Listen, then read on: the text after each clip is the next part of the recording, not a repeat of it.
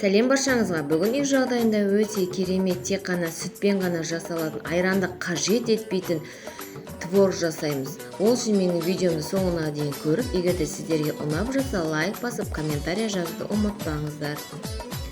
Ең алдымен сүтімізді, ашыған сүтімізді, қатты ашып кеткен сүт болмайды, сәл ашыған сүт. Ашымаған сүттің жасауға болмайды, творог шықпайды. Ашыған сүтімізді ыдысымызға құйып, яғни қайнатамыз. Өзі сәл қайнағаннан кейін үстінен сары сулар шыға бастайды. Отымыздың астын жай қоямыз. Сары сулар шығып, біздің сүтіміз ірей бастайды.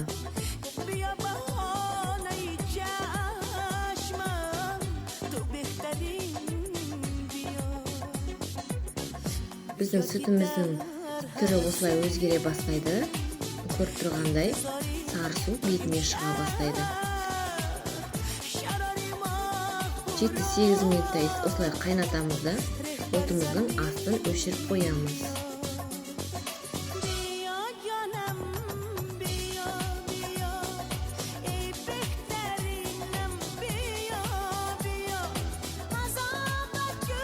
Біздің дайын болды. Арнайы ыдысымызға сүзгімен алып аламыз. Біздің сүзгіміз кішкентай болғандықтан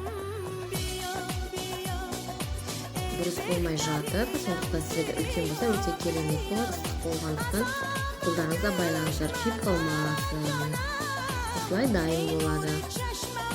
Арнайы ыдысымызға салып, оны осылай қасықтың көмегімен ары-бері қозғап, сәл суығаннан кейін 20 минутқа холодильникке салып қоямыз.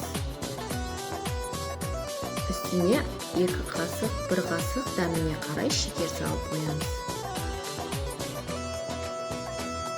Біздің творогымыз мұны өте дәмді, керемет болып шықты. Сіздер де жасап көріңіздер. Егер де ұнаса, лайк басып, комментарий жазуды ұмытпаңыздар.